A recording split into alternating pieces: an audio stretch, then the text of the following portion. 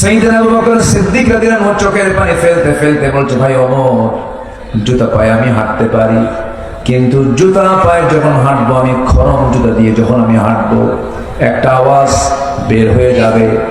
সেই আওয়াজে যদি এই জনপদে কোন ঘুমন্ত ব্যক্তির, কোন নাগরিকের, ঘুমন্ত নাগরিকের যদি ঘুম ভেঙে যায় আমার পায়ে হাঁটার আওয়াজে, কিয়ামতের দিন আমি আল্লাহি ওয়া বারাকাতুহু إن الحمد لله الأكرم الذي خلق الإنسان وكرمه وعلمه من البيان ما لم يعلم فسبحان الذي لا يحصى امتنانه باللسان ولا بالقلم نشهد أن لا إله إلا الله وحده لا شريك له ونشهد أن سيدنا وحبيبنا ومولانا محمدا عبده ورسوله الذي أرسله بالحق بشيرا ونذيرا وداعيا إلى الله بإذنه وسراجا منيرا فقد قال الله تعالى في كلامه المجيد وفرقانه الحميد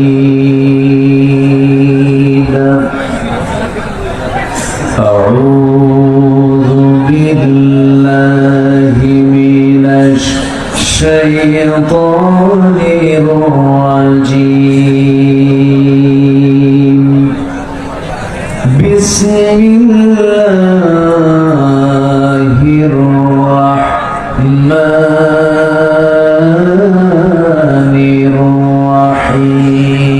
الرحيم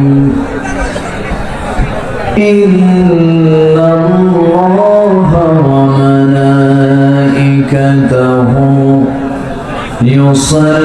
يصلون على النبي يا أيها الذين آمنوا صلوا عليه وسلموا تسليما اللهم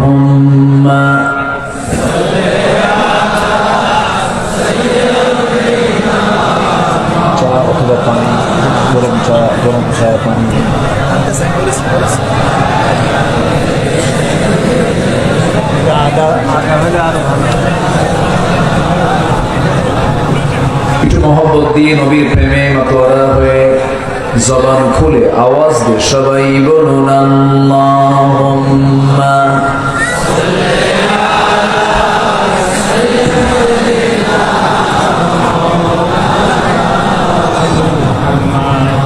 وعلى آل سيدنا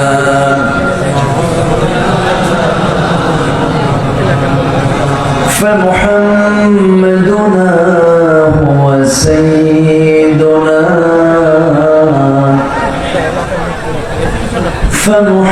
فمحمدنا هو سيدنا فالعز لنا لإجابته اللهم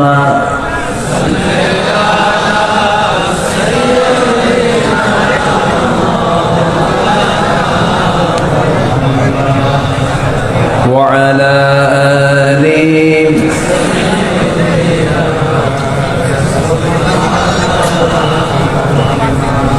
সবাই বলুন বালাগাল উলা বিকামালিহি কাশাফাত তুজা বিজামালিহি حسنت جميع خصاله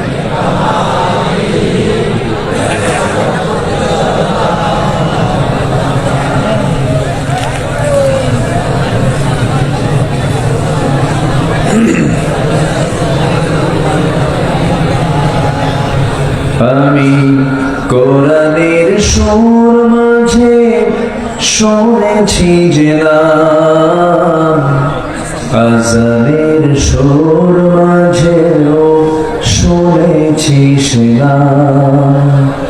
ও নাম শুনেছি আমি আমার হৃদয়, হে রাসূল নবীজি তোমায়, হে রাসূল নবীজি তোমায়। সবাই বলি সাল্লাল্লাহু আলাইহি ওয়াসাল্লাম।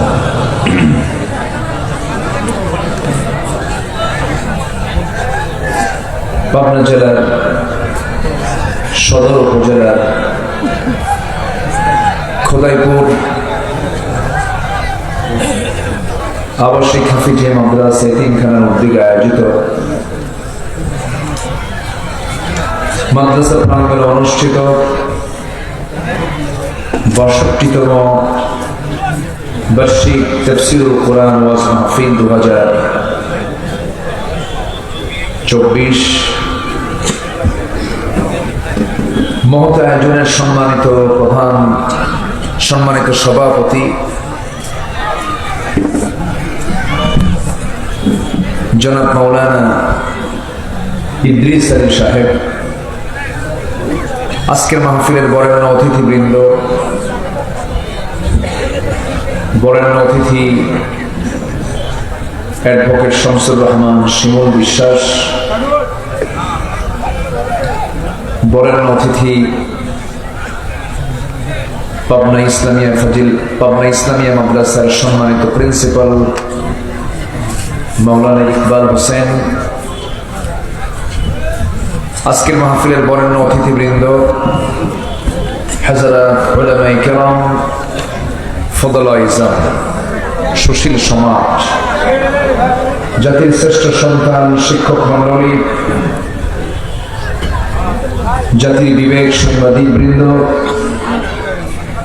সামনে উপস্থিত, দূরে কাছে বিভিন্ন স্থান থেকে ছুটে আসা কালেমার ঝান্ডাবাহী, তাওহীদের পতাকাবাহী, দ্বীন ইসলামের নরসারদুল বীর মুজাহিদ, প্রাণ প্রিয় সম্মানিত দ্বীনি ভাইরা, আড়ালে বসে আছেন শ্রদ্ধেয়া সম্মানিত মা বোনেরা। আলোচনার সূচনায় আনুষ্ঠানিকতার মধ্য দিয়ে আমার পক্ষ থেকে আবারও দিল খোলা সালাম, আসসালামু আলাইকুম ওয়া রাহমাতুল্লাহি ওয়া বারাকাতুহু।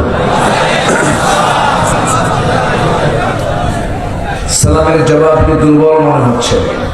আসসালামু আলাইকুম ওয়া রাহমাতুল্লাহ।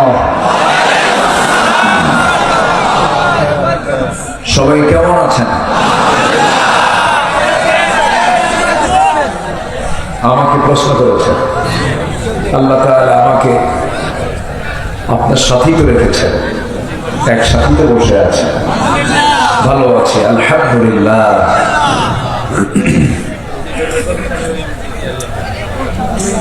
মহান রব্বি কারীমের শাহী দরবারে শুকরিয়া, যে মহান আল্লাহ সুবহানাহু ওয়া তাআলা আমাকে আপনাকে অসংখ্য লোকের মাঝ থেকে নির্বাচিত করে এমন সুন্দর একটি জান্নাতের টুকরায় আসার বসার তৌফিক দিলেন, সেই মহান জাল্লা শানুহুর দরবারে আমরা সবাই লাখ ও কোটি শুকরিয়া আদায় করছি। মুহাব্বাতান জোরালো কণ্ঠে বলে উঠছি আলহামদুলিল্লাহ। আবারও বলছি আলহামদুলিল্লাহ। সবাই বলছে আল্লাহুম্মা আইন্নি আলা যিকরিকা ওয়া শুকরিকা ওয়া হুসনি ইবাদাতিকা। আমরা আল্লাহ তাআলা শুকর আদায় করে নিলাম। আমার আলোচনায় এখানে বসার কথা ছিল বাদে মাগরিব, এখানে লেখা আছে আমার বয়ানটা ছিল বাদে মাগরিব, সেটা এখন গড়িয়ে বাদে এশা হয়েছে। তা আমি যতক্ষণ আছি আমাকে সময় দিচ্ছেন তো নাকি? এবং আমার পরেও মেহমান আছেন আরো, এবং এ মাহফিল দীর্ঘ রাত ধরে মধ্যরাত পর্যন্ত অনুষ্ঠিত হবে। সবাইকে থাকার আমন্ত্রণ জানিয়ে শুরু করছি আমার আলোচনা, কারণ আমরা যেন না ভাবি যে মাহফিলটা শেষ হয়ে যাচ্ছে। সম্মানিত ভাইরা, আমরা ঠিক সেই সময় একত্রিত হয়েছি যে সময় গোটা পৃথিবীর 200 শতাধিক রাষ্ট্র, এর মধ্যে 56টি মুসলিম রাষ্ট্র থাকার পরেও 800 কোটি বিশ্বের জনবহুল এই সংখ্যার ভিতরে 180 কোটি মুসলমান থাকার পরেও বিশ্বের শীর্ষ 10টি ধনী তালিকার ভিতরে থাকা 1 নম্বর সহ প্রথম কাতারের ধনী রাষ্ট্র মুসলিম থাকার পরেও, প্রাকৃতিক জ্বালানি সম্পদ মুসলমানদের অধিকাংশ মুসলমানদের নিয়ন্ত্রণে থাকার পরেও গোটা পৃথিবী জুড়ে একটা জাতির সবচাইতে বেশি মার খাচ্ছে। সেই জাতির নামটা কি বলুন তো? বলুন, সেই জাতির নাম কি? মুসলমান।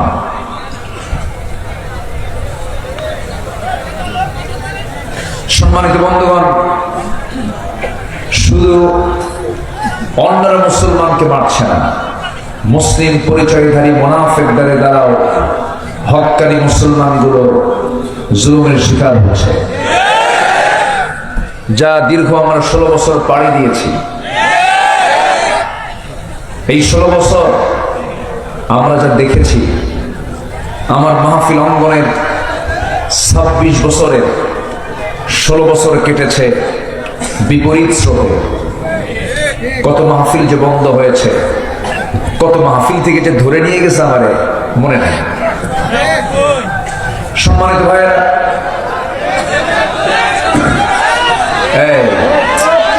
এরকম কথা বললে তো সমস্যা।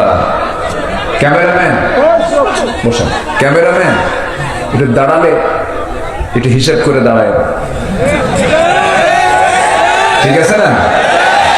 আচ্ছা, ঠিক আছে। এখন বিষয়টা হলো, আপনি শুনতেছেন আমাকে, দেখছেন আমাকে, ধরুন 1 লক্ষ মানুষ, হাজার হাজার মানুষ আপনারা দেখছেন আমাকে, কিন্তু এই যে ক্যামেরাগুলো আসছে, এরা আগামীকালকের মধ্যে দেখিয়ে দিবে কোটি কোটি মানুষকে। সবই তো ঠিক, কিছুই তো ঠিক নাই। বলে এখানে ক্যামেরাম্যান না পারলে ও কি নিজে বোঝে কিছু? ক্যামেরা মানুষ চালায় না, মানুষ ক্যামেরা চালায়। তো ওটাকে অন অফ করতে হবে না? এই অন অফ করলেও আপনি খেপবেন। একটু সবর ধরেন।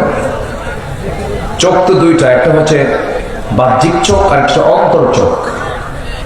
অন্তরের চোখটা খুলে ফেলেন, দেখবেন যে এই চোখ আর লাগবে না। দিলের চক্ষু দিয়ে সবাই আমরা দেখবো, শুনবো। জোরে বলি ইনশাআল্লাহ। দিলের চোখটা খোলা রাখুন, মেহরবানি করে সাইড টক করবেন না। কোরআনের মাহফিলে যদি কেউ এরকম কোন আচরণ করেন যা কোরআন শোনার ক্ষেত্রে বাধাগ্রস্ত হয়ে যাচ্ছে, আর এটা যদি ফেরেশতাদের নজরে চলে আসে, আর শৃঙ্খলা ভঙ্গের যদি মামলা হয়, জামিন কিন্তু পাবে না। কি কথা বলছে? পিছন থেকে আপনাকে দেখতে পাচ্ছেন, একটু উঁচু চেয়ার আনা হয়েছে। যদি না, আমি এখানে থাকবো, আমার এর মুসা করেন না, আমি যা আছি এই পর্যন্তই থাকি। সম্মানিত ভাইরা, সম্মানিত বন্ধুগণ, তাহলে গোটা দুনিয়া জুড়ে মুসলমান সংখ্যায়, সম্পদে, তারপরে শৌর্য বীর্যে ছিল, এখনো আছে। কিন্তু আজকে মুসলমান মার খাওয়ার কারণটা কি? এর মধ্যে এক নম্বর কারণ আমি যেটা খুঁজে পেয়েছি, অধিকাংশ মুসলমান কোরআন থেকে অনেক দূরে চলে গেছে। নাম্বার 2 হলো মুসলমানদের মাঝে যে ভ্রাতৃত্ব, মুসলমানদের মাঝে যে সম্প্রীতি, মুসলমানদের মাঝে যে পারস্পরিক মোহাব্বত, এটা বেড়েছে না কমেছে? আজকে কমেছে না বেড়েছে? কমেছে। আজকে যদি ঐক্য যদি থাকতো, ভ্রাতৃত্ব যদি থাকতো, বেশি না 5টা মুসলিম রাষ্ট্র যদি এক হতো, ইউরোপ আমেরিকা নাকানি চুবানি খেয়ে খেত। কিন্তু আজকে মুসলমান একটা প্ল্যাটফর্মে এখনো আসতে পারেনি। তবে হ্যাঁ, একটা আশার দিক হলো, এই তো গত পরশুদিন 2-3 দিন হলো সিরিয়া জুলুম শাহীর কবল থেকে মুক্ত হয়েছে। হাফিজ আল আসাদ এবং তার ছেলে বাশার আল আসাদ তাদের রাষ্ট্রযন্ত্র দিয়ে অসংখ্য মানুষকে তারা হত্যা করেছে। ক্ষমতাকে পাকাপোক্ত করতে চেয়েছিল, কিন্তু সে দেশের মুসলিম মুজাহিদরা বাতিলদের মোকাবেলা করে পরাজিত করে ছেড়েছে। আমাদের দেশও দীর্ঘ 16 বছর জুলুম শাহীর কবলে আক্রান্ত ছিল। যুবকরা, আমার সন্তান, আপনার সন্তানরা ভাবছিলাম ডিভাইস আক্রান্ত হয়ে, মাদকাসক্ত হয়ে, অসৎ নেতৃত্বের সবলে আক্রান্ত হয়ে মনে হয় তারা শেষ হয়ে গেছে, কিন্তু না, জাতির মাথা পালে ঠিক একদম জায়গা মতো চলে গেছে। মাসাধিক আন্দোলন করে ক্লান্ত শ্রান্ত দেহটা স্বস্তি দেবার জন্য তাদের পছন্দ হয়েছিল হলো গণভবন। তারা গণভবন পর্যন্ত চলে গিয়েছিল। দুপুরের খাবার যার জন্য প্রস্তুত হয়েছিল, সেই খাবার তারাই খেয়ে নিয়েছে। বহু খাইছেন, আর খাইতে দেব না। সম্মানিত ভাইয়েরা, এগুলো আশার দিক। আমরা পারবো, আমরা বিজয়ী হব, কিন্তু শর্ত হলো পৃথক না এক হতে হবে। পৃথক না এক হতে হবে? এক হতে হবে। এটা সবচেয়ে বড় চ্যালেঞ্জ। আমার বন্ধুগণ, আল্লাহ রাব্বুল আলামিন বলেন, وعد الله الذين آمنوا منكم وعملوا الصالحات ليستخلفنهم في الأرض। আল্লাহ রাব্বুল আলামিন নিজে ওয়াদা করে বলছেন, ও ঈমানদারেরা শোনো, যারা ঈমান আনবে এবং নেক আমল করবে, আমি আল্লাহ রাব্বুল আলামিন নিজে তার হাতে খেলাফতি দিয়ে দেব। শর্ত হলো ঈমান ভালো করে আনতে হবে এবং নেক আমলগুলো করতে হবে। অনেক তাহাজ্জুদ গুজার আখিরাতে তাহাজ্জুদের নামাজ খুঁজে পাবে না। অনেক হাজী হাসরের ময়দানে তার হজের সওয়াব খুঁজে পাবে না। অনেক নামাজি নামাজের কোনো পুরস্কার সেদিন খুঁজে পাবে না। অনেক ইবাদত করেছে, কিন্তু কোন ইবাদত সেদিন সে আল্লাহর দরবারে কবুল হওয়া পাবে না। কেন, কি জন্য? কিছু কথা আমি আজকে বলতে চাচ্ছি সেই বিষয়ে। ইবাদত কবুল হতে হলে কিছু শর্ত আছে। ইবাদত কবুলের পথে কিছু অন্তরায় আছে, কিছু কাজ আছে, যে কাজগুলো করলে পরে আমার কোনো কার্যক্রম কবুল হবে না। কার দরবারে? আসতে বলবে না, কার দরবারে? মোটামুটি 10টা অপকর্ম যার মধ্যে থাকবে, তার কোন দোয়া আল্লাহর দরবারে মঞ্জুর হবে না। কয়টা অপকর্ম বলেন তো? হাতের আঙ্গুল কয়টা? 10টা। আমি এই 10টা বিষয় আমি সংক্ষিপ্ত সময়ে বলার চেষ্টা করছি। জোরে বলি ইনশাআল্লাহ। সম্মানিত ভাইয়েরা, সম্মানিত বন্ধুগণ, মহান রব্বুল আলামিন আমাকে আপনাকে নির্দিষ্ট একটা লক্ষ্য নিয়ে, একটা লক্ষ্যে দুনিয়াতে পাঠিয়েছেন। সে লক্ষ্যটা হলো, আমাকে আপনাকে অন্য কারো গোলামি করা যাবে না। একমাত্র গোলামি আইন মেনে চলতে হবে কার? আসতে বলবেন না, কার? আল্লাহ। এটা হচ্ছে এই পৃথিবীতে আল্লাহ পাক যে আমাকে পাঠিয়েছেন, এই লক্ষ্যে পাঠিয়েছেন।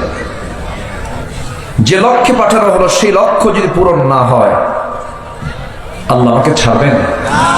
আসতে বলছেন, আল্লাহ আমাকে ছাড়বেন? ছাড়বেন না। আপনি একটা কিষান নিয়েছেন, এই জমিটা তুমি আমাকে খনন করে পুকুর করে দাও। তো কিষান 20 জন নিয়েছেন, কিন্তু সেই কিষান আপনার জমির মাটি না কেটে অন্যের জমির মাটি কাটলো। পরিশ্রম ঠিকই করলো, কিন্তু আপনি কি তার পাওনা দিবেন? আজ থেকে পাওনা দিবেন? কেন দিবেন না? আপনার জমির মাটি না কেটে অন্যের জমির সে মাটি কেটেছে। ঠিক তেমনি আল্লাহ আমাকে পাঠালেন দুনিয়াতে তার আইন মানার জন্য। আপনি তার আইন না মেনে আপনি আরেকজন আইন মানলেন, আপনি কি পুরস্কার পাবেন? পাওয়া যাবে না। আমি যার গোলাম, আমার তারই গোলামি করতে হবে। এই 16 বছর সরকারের গোলামি করেছে কিছু 5 গোলাম গুলো, ঠিক কিনা?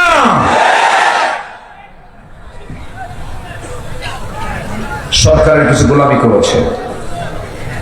আমাকে 2018 সালে নির্বাচনের আগ দিয়ে হঠাৎ করে আমার বাড়ি ঘেরাও দেওয়া হলো। আমাকে ধরা হলো, ধরে থানায় নিয়ে যাওয়া হলো। থানায় ওসি সাহেব আমাকে দেখে কাঁদবে, বলে ওসি সাহেব কাঁদবেন কেন? হুজুর, আমি আপনার খুব ভক্ত, আপনার ওয়াজ শুনি, আপনার ফ্যামিলি, আমার ফ্যামিলি আপনার খুব ভক্ত।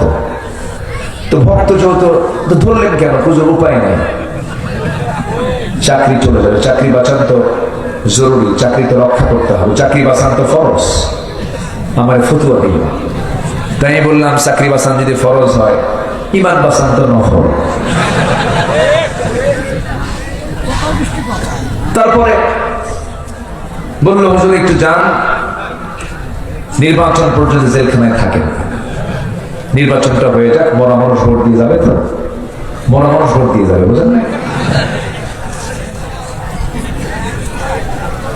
ঢুকালো জেলখানায়, ঢুকলাম। তো ঢুকে আমি যখন মূল গেট দিয়ে ঢুকতেছে, তখন এক মুরব্বী, অনেক বয়স্ক, 85 বছর বয়স, উনি আমাকে দেখে একটা লম্বা সালাম দিয়ে বলে, হুজুর আপনি জেলখানায়? খুব খুশি হয়েছি। তো বললাম, জেলখানায় ঢুকলে কেউ খুশি হয়? বলতেছে, হুজুর ওয়াজ শুনতে যাই, অনেক দূর থেকে দেখি, খুব শখ হয় মুসাফা করবো, একটু আলিঙ্গন করবো, একটু সুখ দেখে গল্প করবো, তা তো পারি না। খুব ভালো হয়েছে, থাকেন। দেখছেন? আমি বললাম, তা আপনি এখানে কেন? আপনার বয়স তো 85 বছর, নাতির সঙ্গে সময় দেওয়ার কথা, অবসর জীবনে যাওয়ার কথা। তো বলে, হুজুর কি বলেন,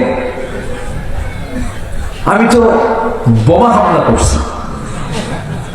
কিভাবে? কে মামলা দিয়েছে? বোমা হামলা। বলেন তো হুজুর, এই 85 বছর বয়সে এই বুড়া হাতে বোমা মারতে গিয়ে কার মাথায় পড়তে পারে? এরা মামলা আসামির কোটা পূরণ করার জন্য রাস্তার ফকিরদের ধরে নিয়ে মামলা দিয়েছে। কি করে নাই তারা? কিন্তু শেষ কথা হলো, জুলুম করবে যে বিপদে পড়বে সে, এটাই হলো শেষ কথা। জুলুম করবে যে বিপদে পড়বে সে। এখন কি শুধু বিপদে? হ্যাঁ, ফেরেশতাগুলো কই? কোন ফেরেশতা নাই, সব চতুর্থ আসমান, কেউ নাই। এখানকার স্থানীয় এমপি মহোদয় আমাকে ফোন দিয়ে বলে, আপনি পাবনায় ঢুকবেন না, এটা আমার। চিন্তা করা যায়, জমিন কোন ব্যক্তির হতে পারে? বলে এটা আমার অঞ্চল, ঢুকতে পারবেন না। যখন বলেছিল রাজাকের নাতিপুতিরা চাকরি পাবে, এগুলো অহংকারের কথা। অহংকার যখন কারোর মধ্যে ঢুকে যায়, পতন তার অপরিহার্য হয়ে পড়ে। পতন হয়নি? পতন হয়নি? হয়েছে। অহংকার করা যাবে না। সাইয়েদনা ওমর ফারুক রাদিয়াল্লাহু তাআলা আনহু একটা দুইটা রাষ্ট্র না, 40টা রাষ্ট্রের তিনি রাষ্ট্রপ্রধান ছিলেন। কয়টা? এখন প্রেজেন্ট ওয়ার্ল্ডে তার এরিয়া হয়ে গেছে 40টা রাষ্ট্র। এই 40 রাষ্ট্রের রাষ্ট্রপ্রধান তিনি বসে আছেন, তার সামনে একজন সাহাবী এসে একটা হাদিস বর্ণনা করছেন, যার মধ্যে যারা পরিমাণ অহংকার থাকবে সে জান্নাতে ঢুকবে না। এই হাদিস যখন তার কানে যখন সুন্দর করে যখন ওই সাহাবী শুনিয়ে দিলেন, সাইয়েদনা ওমর ফারুক চট করে তিনি মাটিতে পড়ে লুটে লুটে কাঁদতেছেন, শিশুর মতো কান্নায় ভেঙে পড়লেন। গোটা শরীর তার দুর্ধুরাই মলিন হয়ে গেল। বলা হলো, ওমর এমন করে কান্দো কেন? তিনি বলছেন, আমি একজন রাষ্ট্রপ্রধান, অর্ধ দুনিয়া আমি চালাই। মাঝে মাঝে আমাকে যখন কেউ শাসক বলে ডাকে, খলিফা বলে যখন ডাকে, তখন মনে হয় আমি একজন খলিফা, কিন্তু আমার মন বলছে, আমার মনে হয় ভিতরে অহংকার আমার ঢুকে গেছে। বারবার চোখের পানি ফেলে ইস্তেগফার পড়ছিলেন,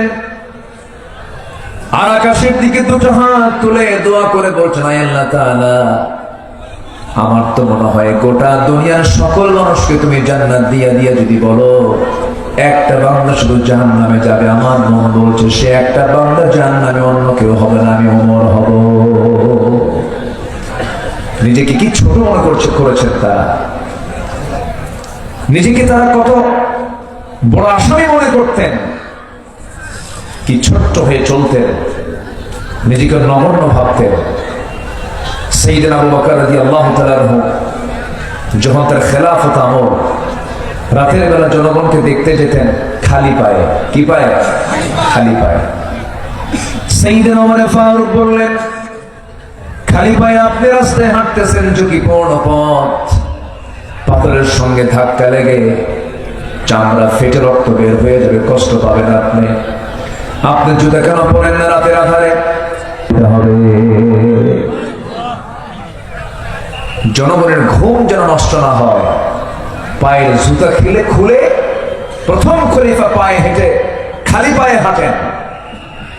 আর নেতা আসিবেন পাবনা, ঢাকা হইতে, সিরাজগঞ্জের মোড় থেকে গাড়ি চলাচল সকাল থেকেই বন্ধ। মুজাহিদ ক্লাব পর্যন্ত, টেবুনিয়া পর্যন্ত কোনো গাড়ি ঘোড়া চলবে না। প্রেসিডেন্ট আসিতেছেন। কি আমি কি বুঝাতে পারতেছি?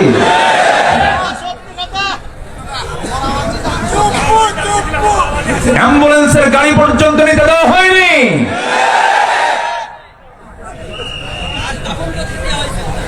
নেতার আগমনে যদি একটা মরা লাশ দাফনের দেরি হয়, এই সমস্ত নেতৃত্বের মুখে আমরা জুতা মারি, থুতু মারি।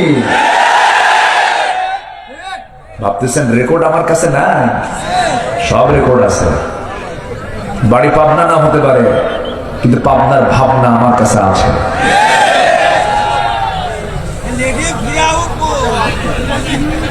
কষ্ট পাচ্ছেন নাকি? কষ্ট পাচ্ছেন? একজন বলেছে এটা হচ্ছে লেডিস ফেরাউন। দেখছেন কি সুন্দর বক্তা, দেখছেন? আমিও তো পারি না এই কথা। ফেরাউন ছিল হলো পৃথিবীতে বেঁচে ছিল 1600 বছর, আর এরা ছিল 16 বছর। সংখ্যার মিলটা দেখছেন? দুজনের বৈশিষ্ট্য একই রকম ছিল। ফেরাউনও তার একটা রোগ ছিল, জনগণ চাক আর না চাক ক্ষমতা ছাড়ুক না। এদের রোগ কোনটা ছিল? বলেন দুটা না একটা? একরকম, ক্ষমতা ছাড়তাম না। সম্মানিত ভাইয়েরা, অনেক কথা, সময় তো অল্প। আমি যত সময় পর্যন্ত আমি থাকতে রাজি আছি। জোরে বলি ইনশাআল্লাহ। আমার কথা সবাই শুনতে পাচ্ছেন তো? আল্লাহ কবুল করুন। জোরে বলি আমিন।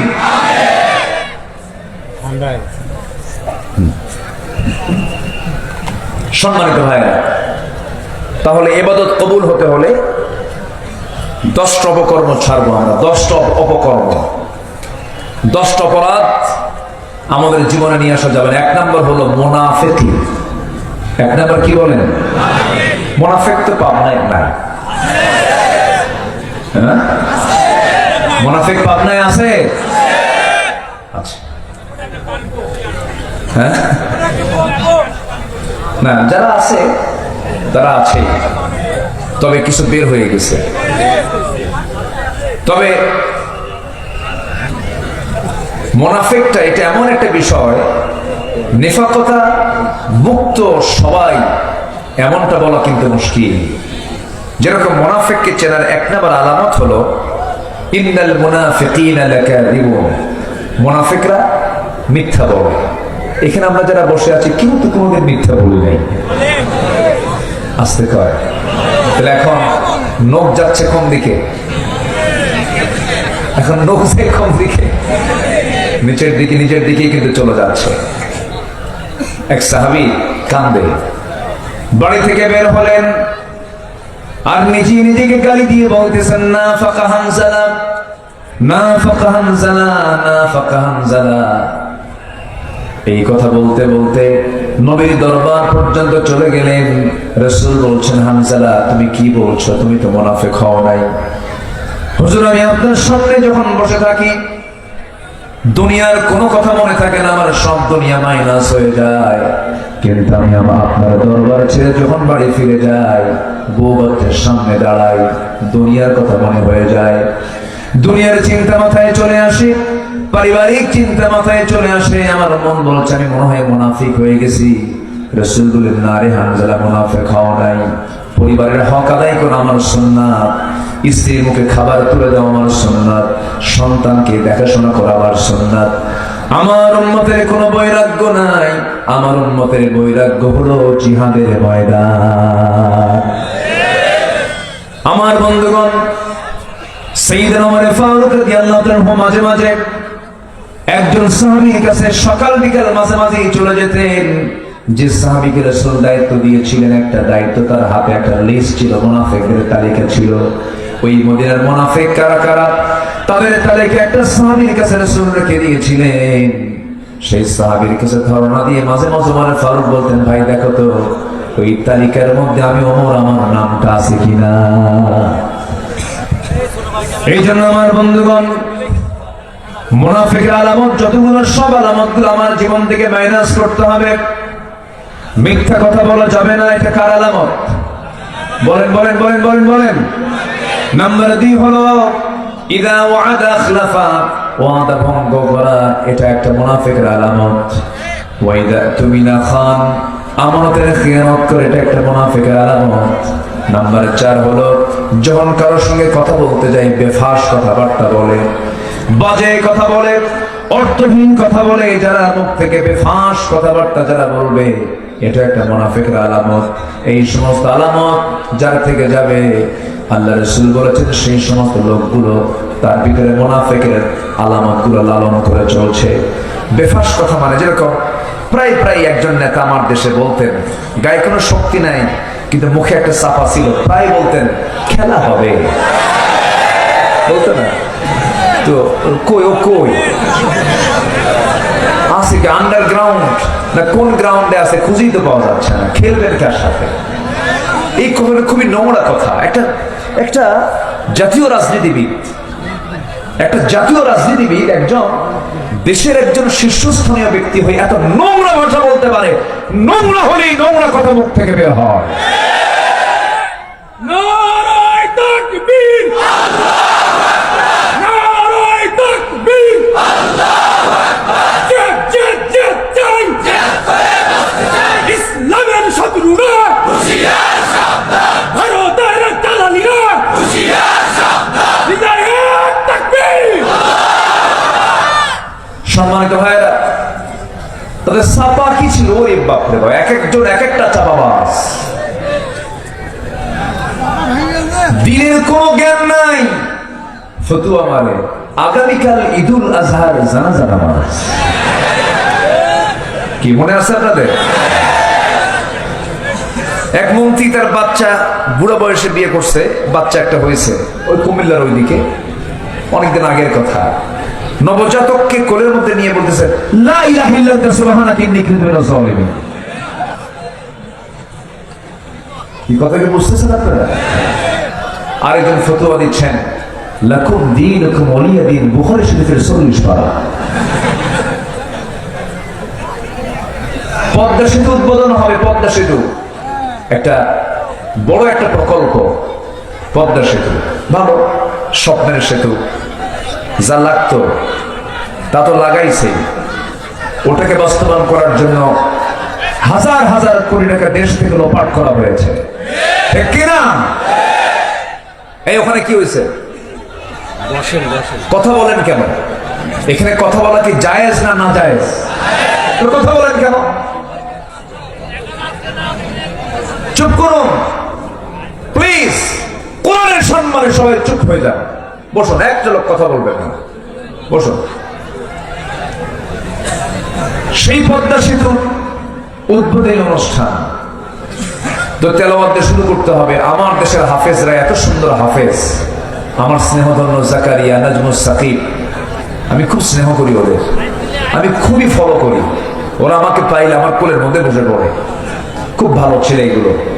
এদের তেলাওয়াতে কাবার ইমামরা কান্দে, কাবার ইমামরা কান্দে আমার দেশের হাফেজদের তেলাওয়াত শুনে।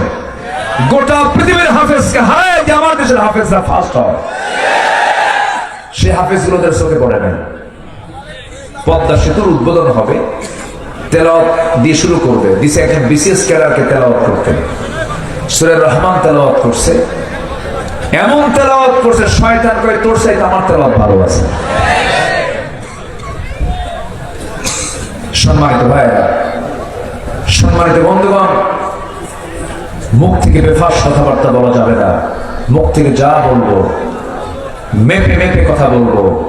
দলিল যখন দলিল লেখক লেখে, ভুল লেখে না ঠিক লেখে? ভুল লিখলে দলিল কি রাখে না আবার করে? আবার দলিল করে নিতে হয়। দলিল লেখক যেমন দলিল লিখতে নিয়ে বারবার চিন্তা করে, নির্ভুল লেখার চেষ্টা করে, ঠিক ইমানদারের জবান হলো দলিল লেখকের দলিল লেখার মতো হলো ইমানদারের জবান। ইমানদার জবান থেকে যা বলবে ওটাই হচ্ছে ইমান। ওটা কি ইমান? একটু কান লাগাবেন। মুনাফিকের কাজ করা যাবে না, মুনাফিকদের পথ অবলম্বন করা যাবে না, মুনাফিকের কোনো চরিত্র নিজের জীবনে আনা যাবে না। মুনাফিকরা কিন্তু নামাজও পড়ে, মুনাফিকরা রোজাও রাখে, মুনাফিকরা হজেও যায়, মুনাফিকরা যাকাতও দেয়, মুনাফিকরা মসজিদ বানায়, মুনাফিকরা মাদ্রাসা বানায়। কিন্তু একটা জায়গায় মুনাফিকরা ধরা খেয়ে যায়, সেটা হলো মুনাফিকরা কখনো জিহাদের ময়দানে যেতে পারে না। একটা জায়গায় ধরা খায় মুনাফিকরা, কোথায়? জিহাদের ময়দানে। মানে ওরা চাপাকুপ মারে, যত রক্ত লাগে দেব, প্রয়োজনে লোক পাঠাবো, আমি যাব না। এটা কাদের কাজ? বলুন কাদের কাজ? মুনাফিকদের কাজ। আমার বন্ধুগণ, আমার নবীর পিছনে ইক্তেদা করেছে, নবীর পিছনে নামাজ পড়েছে, নবীজির বয়ান শুনে চোখের পানি ফেলে ফেলে কেঁদেছে। মুখের দাড়িও ছিল, মুখে সুন্দর চেহারাও ছিল, সুরমাও ছিল, নামাজও পড়েছে, পাগড়িও পড়েছে। নবীর পিছনে নবীর পিছনে তার নেতৃত্বকে ফলো করেছে, নামাজ পড়েছে, রোজা রেখেছে, দান করেছে, সদকা করেছে। কিন্তু রাসূল তাদেরকে সব জায়গায় পেয়েছেন, মুনাফিকদেরকে কিন্তু মুনাফিকদেরকে চিনেছেন, বুঝেছেন হলো জিহাদের ময়দানে। ওরা জিহাদের ময়দানে আসলেই তাদের চেহারা শুকায় যেত, সেই জায়গা থেকে পলায়ন করে ফেলতো। আমার নবী যে মুনাফিকদেরকে চেনার জায়গা হিসেবে জিহাদের ময়দানকে তিনি চিনে নিয়েছেন, বুঝে নিয়েছেন। আমার ভাইয়েরা, আমার নবীর জিন্দেগিতে একজন কাট্টা মুনাফিক ছিল, মুনাফিকদের লিডার আব্দুল্লাহ বিন উবাই বিন সুলুল। এই মুনাফিক আমার নবীর জীবদ্দশায় নানা যুদ্ধ বেঁধে দেওয়ার ক্ষেত্রে বনু নাজির, বনু কুরাইজা, এই ইহুদি গোত্রের সাথে কুরাইশদের যোগ সাজস করে দেওয়া, যুদ্ধকে নিকটবর্তী করে দেওয়ার পেছনে সবচেয়ে বড় ভূমিকা পালন করেছে এই মুনাফিকের দলেরা। এই বদর যুদ্ধ বলেন, উহুদ যুদ্ধ বলেন, খন্দক যুদ্ধ বলেন, এই সমস্ত যুদ্ধের মূল ইন্ধনদাতা হলো মুনাফিকরা। যুগে যুগে মুনাফিকরা মুনাফিকি করেছে, কিন্তু শেষ পর্যন্ত মুনাফিকদের সমস্ত মুখোশ উন্মোচন করে দিয়েছেন তিনি আমার কে। মুনাফিকরা শেষ পর্যন্ত বিজয়ী হয় না পরাজিত হয়? বিজয় হয় না পরাজিত হয়। আল্লাহ তাদেরকে উলঙ্গ করেছেন। দেখেন মুনাফিককে দেখেন, একটা নাম বলি মুনাফিকে। চিন্তা করুন, মাথার চুল একটাও কালো নাই, মুখের দাড়ি একটাও কালো নাই, সব সাদা, পাঞ্জাবি সাদা, পায়জামা সাদা। চিন্তা করুন, শুধু পট চেঞ্জ হয়েছে, নিজেকে বাঁচানোর জন্য মুখের দাড়িটা কেটেই ফেলল। কি বুঝতেছেন আমার কথা? কি বুঝতেছেন? দাড়িটা কেটেই ফেলল। সে দাড়ি কেটে মাথার চুল আবার কালো বানালো, পাজামা খুলে লুঙ্গি পরলো, পাঞ্জাবি খুলা গেঞ্জি পরলো, বন্ধুটাকে নিয়ে আইনমন্ত্রীকে নিয়ে চললো। বলেন চলেন বন্ধু পালাই, উপায় তো নাই। নৌকায় চড়ে যাচ্ছিল কোথাও, কিন্তু নৌকার ভিড়ল না। শেষ পর্যন্ত কোস্ট গার্ড তাদেরকে ধরে ফেলল। আইনমন্ত্রীকে ধরে নিয়ে বলছে চলেন স্যার, চিনি আপনাকে, থানায় চলুন। আইনমন্ত্রীকে, আমি কি একা আসছি এই জায়গায়? আমার একা নিয়ে যাবা কেন? কেন আরেকজন আছে তো? কোন লোকটাকে চেনা যায় না তো, মাথার চুল কালো, কে যেন, কে ওটা? আমি কি একা আসছি? তুমি ভাবতেছ আমি একা আসতে পারো? আমি তো জামাতের সাথে আসছি। কিসের সাথে আসছে? উপায় নাই তো। তো ওটা কে? ভালো করে দেখো, ওটাই দরবেশ। আমাদেরকে বলে আমরা নাকি ধর্মের ব্যবসা করি। ধর্মের ব্যবসা আমরা যদি করতাম, তাহলে আল্লামা সাঈদীর মতো মানুষকে ফাঁসির মঞ্চে তোলা লাগতো না। ধর্মের ব্যবসা যদি আমরা করতাম, বিশ্বনন্দিত ইসলামী রাজনীতিবিদ শহীদ মতিউর রহমান নিজামীকে ফাঁসির মঞ্চে ঝুলতে হতো না। যদি ধর্মের ব্যবসা আমরা করতাম, জগৎ নন্দিত আলেমে দ্বীনকে বছরের পর বছর জেল খাটা লাগতো না। তারাই ধর্মের ব্যবসায়ী চ্যাম্পিয়ন, যারা তাদের নিজ খায়েশ পূরণ করার জন্য দাড়ি রাখে, আবার তাদের প্রয়োজনে দাড়ি কাটে। নির্বাচন আসলে মাথায় পট্টি বাঁধে, নির্বাচন চলে গেলে ওই কপালে সিঁদুর লাগায়। ঠিক কিনা? এই চিত্র দেখি নাই আমরা, দেখি নাই, আর দেখতে চাই না। সব দেখা শেষ, সব দেখছি আমরা। এই 53 বছর, কেউ ক্ষমতার মসনদে 25 বছর ছিলেন, কেউ 16 বছর, কেউ 9 বছর। মাঝখানে মঈনুদ্দিন, ফখরুদ্দিন, গম, তারা ছিলেন কয়েক বছর। সবাই মুসলমান পরিবারের সন্তান হলেও ইসলাম দিয়ে তারা রাষ্ট্র চালান নাই। অতএব রাষ্ট্রে নামাজ প্রতিষ্ঠার জন্য নামাজি সরকার দরকার। আমরা কি রাষ্ট্রে নামাজ কায়েম করতে চাই? নামাজি রাষ্ট্র গড়ার জন্য নামাজি সরকার দরকার। এমন নামাজি রাষ্ট্র দেখতে চান কারা কারা? হাত উঁচু করে দেখা।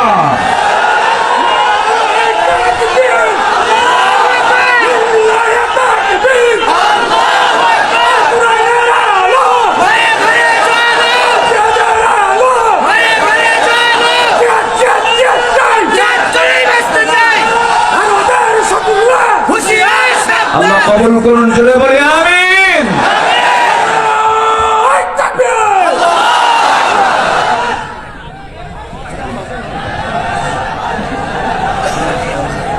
কি হয়েছে?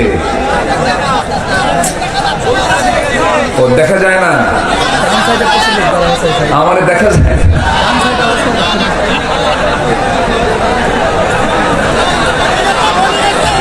হ্যাঁ, ও ভরে গেছে।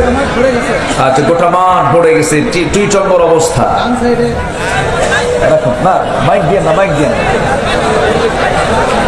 আমার দিকে তাকান, সবাই চিৎকার মেরে বলেন তো, ইয়া আল্লাহ, ইয়া আল্লাহ, ইয়া আল্লাহ। আর কোন আওয়াজ হবে না। শয়তান যদি কোনো অসওয়াসা করতে চায়, সেই সময় কার নাম নেব আমরা? আল্লাহ। একটু চুপ থাকুন, আপনি কথা বললে আমার কথা হবে না তো, একটু বসুন। তাহলে ইবাদত কবুল হতে হলে 10টা অপকর্ম ছাড়তে হবে। নাম্বার 1 হচ্ছে কি ছাড়তে হবে? বলেন কি? মুনাফিক। আমার বন্ধুগণ, এই মুনাফিকরা রাসূলকে অশান্তির মধ্যে রেখে দিয়েছিল, নবীজিকেও শান্তিতে থাকতে দেয় নাই, নবীজির পারিবারিক জীবনকে তারা অসহনীয় করে তুলেছে বারবার। আমার বন্ধুগণ, আমার নবীর পিছনে নামাজ পড়েছে তারা, আবার শত্রুতা করেছে তারা আড়ালে আড়ালে। মুনাফিকদের যে কোনো দোয়া কবুল হয় না, মুনাফিকদের যে কোনো ইবাদত কবুল হয় না। ছোট্ট একটি ইতিহাস মনে পড়ে গেল। আমার নবীর ওই জীবদ্দশায় মুনাফিকদের নেতা নবীর জীবদ্দশাইতে সে দুনিয়া থেকে বিদায় নিয়ে নিল, কিন্তু ওই মুনাফিকের একজন সন্তান ছিলেন আমার নবীর খুব প্রিয় সাহাবী। নবীর কাছে এসে কেঁদে কেঁদে বলছেন, ইয়া রাসূলুল্লাহ, আমি জানি আমার বাবা খারাপ মানুষ ছিলেন, মুনাফিক ছিল, কিন্তু আমার তো বাপ হয়। ইয়া রাসূলুল্লাহ, আমি আপনার কাছে এসেছি, আমার বাবার গোসল সম্পন্ন করেছি, দয়া করে আপনি যদি আপনার পরনের জুব্বা যদি দিতেন আমি খুব খুশি হতাম। নবীজি তার গায়ে একখানা জুব্বা সাহাবী বলার কারণে তার হাতে তুলে দিলেন। সাহাবী করলেন কি, মুনাফিক বাবার গায়ে নবীর জুব্বা গায়ে তুলে দিলেন। কিছুক্ষণ পরে সে বলছেন, ইয়া রাসূলুল্লাহ, আমার বাবা তো দুনিয়া থেকে বিদায় নিয়েছেন, কাফনের কাপড় পরিয়ে দিয়েছে, জানাজা এখনো হয় নাই। হুজুর, আমি সন্তান হয়ে বাবার জন্য তো একটু কামনা করতেই পারি। আমার বাবা মুনাফিক ছিলেন, কিন্তু আপনার কাছে কামনা হুজুর, দেখুন তো আমার বাবার জানাজায় যাওয়া যায় নাকি। আমার নবীজি বলেন, সাহাবীরে, তুমি আমার প্রিয় সাহাবী যখন বলে ফেললে, যাও, আমি তোমার বাবার জানাজায় চলে যাব। রাসূল জানাজায় হাজির হলেন। পিছন থেকে ওমর ফারুক রাদিয়াল্লাহু তাআলা নবীজির জুব্বা টানতেছেন আর বলছেন, হুজুর, মুনাফিকের জানাজা কেমন করে পড়াবেন আপনি? মুনাফিকের জানাজা না পড়ালেই ভালো হয়। রাসূল বলছেন, ওমর রে, আমার প্রিয় সাহাবীর বাপ মারা গেছে, আমি কেমন করে মানা করি, আমারে কিচ্ছু বলো না। আমার নবীজি জানাজা সম্পূর্ণ করলেন, সঙ্গে সঙ্গে আল্লাহর পক্ষ থেকে ফয়সালা হয়ে গেল, ইস্তাগফির লাহুম আও লা তাস্তাগফির লাহুম ইন তাস্তাগফির লাহুম 70 মাররাতান ফালান ইয়াগফিরাল্লাহু লাহুম। হে রাসূল, আপনি তাদের জন্য ক্ষমা চান অথবা না চান, আপনি যদি 70 বারের বেশি বারও ক্ষমা চান, কোনো কাম হবে না। কারণ মুনাফিকদের কোন দোয়া তাদের নয়, তাদের জন্য যারা দোয়া করবে তাদের কোনো দোয়া আল্লাহর দরবারে মঞ্জুর হবে না। এত বড় মারাত্মক একটা জাত হলো মুনাফিক। আল্লাহ রাব্বুল আলামিন বলেন, ইয়া আইয়ুহান নাবিয়্যু জাহিদিল কুফফারা ওয়াল মুনাফিকিনা ওয়াগলুয আলাইহিম ওয়া মাআওয়াহুম জাহান্নাম। হে নবী, আপনি মুনাফিকদের বিরুদ্ধে, কাফিরদের বিরুদ্ধে যুদ্ধ ঘোষণা করুন। ওয়াগলুয আলাইহিম, তাদের ব্যাপারে আপনি কঠোর হন, নরম হলেই বড় বিপদ হয়ে যাবে। এই জন্য মুনাফিকদের ব্যাপারে আল্লাহ নিজেই বলেছেন শিথিলতার কথা না কঠোরতার কথা। কঠোরতার কথা বলেছেন। মুনাফিকদের সঙ্গে কোনো আপোষ করার কোনো প্রশ্ন আসে না, কোনো প্রশ্ন নাই। মুনাফিকদের ব্যাপারে কোনো শিথিলতার কোনো সুযোগ ইসলাম দেয়নি। শত্রুকে কখনো প্রশ্রয় দিতে ইসলাম মানা করে দিয়েছে। চিন্তা করে দেখুন, এই 16টি বছরের মধ্যে কতগুলো অপকর্ম হয়ে গেল। এর মধ্যে সবচেয়ে বড় অপকর্ম যেটা হলো, মানুষের জীবনের কোনো দাম ছিল না, মানুষকে পাখির মতো গুলি করে মেরে মেরে শেষ করে দিয়েছে। আরে কেমন করে মানলো এই জুলাইয়ের শেষ সপ্তাহে এবং আগস্টের প্রথম সপ্তাহে, কেমন করে মানলো ওরা? একটুকে দিলে দয়া হলো না? মুগ্ধ পানি নিয়ে রাজপথে নেমে পড়েছে আর বলছে, পানি লাগবে কার? আমার কাছে পানি আছে। সেই ছেলেটাকে পর্যন্ত গুলি করে শেষ করে দেওয়া হলো। সম্মানিত ভাইয়েরা, সম্মানিত বন্ধুগণ, যে বিজয়টা এসেছে, এই বিজয়কে লালনের মধ্য দিয়ে আমরা আগামীর সূর্য দেখতে চাই বাংলার জমিনে, ইসলামের সূর্য। এর জন্য যদি আরো জান মাল দিতে হয়, সবাইকে রাজি আছেন? রাজি আছেন কারা কারা? হাত উঁচু করে দেখান মুসলমান। ইসলামের শত্রুরা ভারতের দালালেরা আফগানের আলো। আল্লাহ কবুল করুন, জোরে বলে আমিন। সম্মানিত ভাইয়েরা, তাহলে মুনাফিকের যে আলামত গুলো আছে, এই আলামতকে আমাদের ভিতরে রাখতে চাই? মিথ্যা কথা বলবো, ওয়াদা ভঙ্গ করব, আমানতের খেয়ানত করব, মুখ থেকে বেফাস কোনো কথাকে বের করব? জি, কষ্ট হচ্ছে, অনেক কষ্ট।